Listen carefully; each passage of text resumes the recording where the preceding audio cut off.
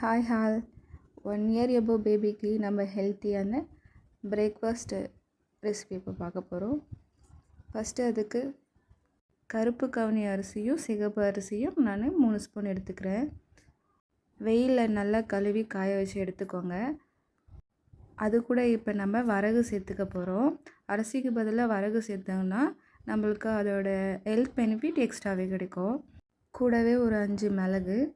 இது நல்ல டைஜஷனுக்காகவும் கூடவே டேஸ்ட் என்ஹான்ஸ் பண்ணவும் நல்லாயிருக்கும். அதுக்கப்புறமா ஒரு 5-6 சீரகம். இதுவும் டேஸ்ட்டு ப்ளஸ் ஜீரண சக்தி அதிகப்படுத்தும்.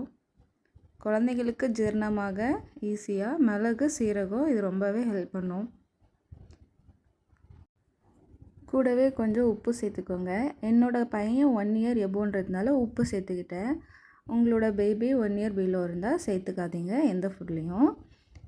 இப்போ பார்த்திங்கன்னா இது கூடவே நம்ம கொஞ்சமாக பாசிப்பருப்பு 1 ஸ்பூன் எடுத்துக்க போகிறோம். இந்த பாசிப்பருப்பு இதோட சேர்க்கும் போது குழந்தைக்கு ரொம்பவே ஹெல்த்தாக இருக்கும். கூடவே நம்ம பருப்பும் சேர்க்க போகிறோம். துவரம் பருப்பு நம்ம குழம்புக்கு போடுவோம் இல்லையா, அந்த பருப்பு.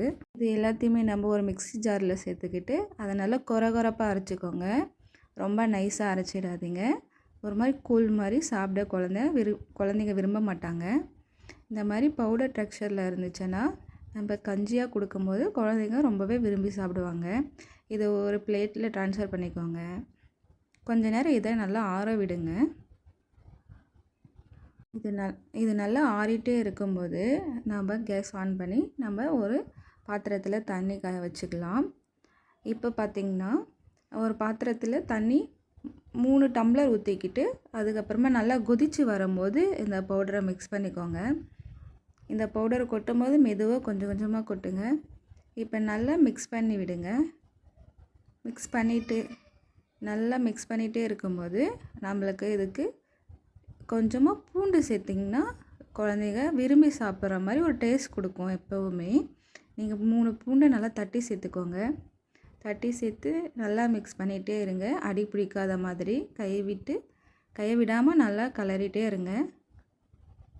இது நல்ல ஒரு கூழ் மாதிரி வரும் நம்மளுக்கு. இந்த மாதிரி நல்லா கெட்டியாக அடி பிடிக்கிற மாதிரி ஒரு ஸ்டேஜ் வரும். அப்போ நல்லா கலந்து விட்டுக்கிட்டே இருங்க. இந்த மாதிரி கூல் டெக்ஸ்சருக்கு வந்ததுக்கப்புறமா நீங்கள் நல்லா கிண்ட ஆரம்பிக்கணும், இல்லைனா அடி பிடிச்சிரும். இப்போ பாருங்கள் நல்லாவே வெந்திருக்கு.